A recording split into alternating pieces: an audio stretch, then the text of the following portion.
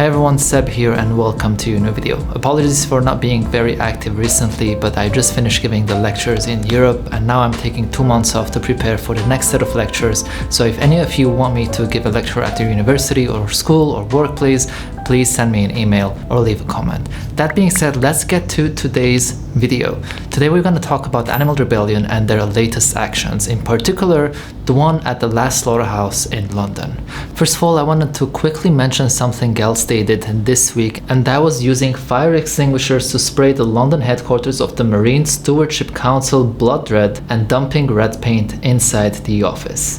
Their demand is to stop MSC certified fisheries and stop destroying the oceans and killing billions of animals every single year. However, their latest action was another action of non-violent civil disobedience, and what they did was going to the last slaughterhouse that is now functioning in London. It is a chicken slaughterhouse, and climb onto a truck that was parked outside. Now they made sure multiple times that there are no chickens inside the truck. They wanted to make sure that the chickens have already entered the slaughterhouse so that they don't prolong the suffering of these chickens, and 2 activists climbed onto the truck, and this was part of a campaign called Gardens Not Slaughterhouse. It's a really amazing campaign. Of course, it would be a much better world if we replaced slaughterhouses with community gardens. They even had some of the members of the community mention that they obviously prefer an area where their kids could learn how to grow vegetables instead of kill birds. And all in all, just like any other campaign we've seen from Animal Rebellion, it uses non-violent civil disobedience to pass their message. Now, they've also sent a message to the RSPCA. They're asking RSPCA basically respect their own word and protect all animals and stop their RSPCA assured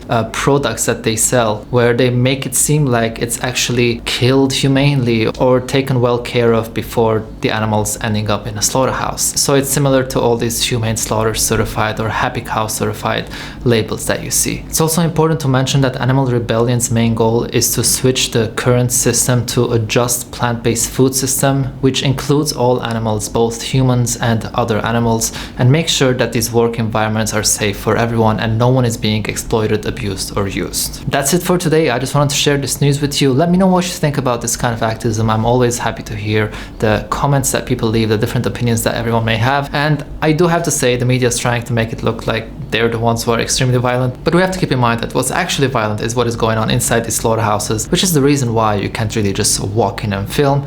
And even if you do, in some countries and some states in the States, you would be considered a domestic terrorist, which basically means that someone who walks into a slaughterhouse or a farm with a camera without breaking and entering, without hurting anyone, human or non-human, is in the same category as someone who would put a bomb in a public space or just shoot a bunch of people in a school or a mall. It's really worth considering how far we are pushing our ethics and morals away from what they're supposed to be when we think about the actions and who is actually violent and who isn't. Remember to subscribe and hit the notification button to stay up to date with everything. I'm also going to be uploading a new podcast episode very soon, so make sure to check out my podcast as well.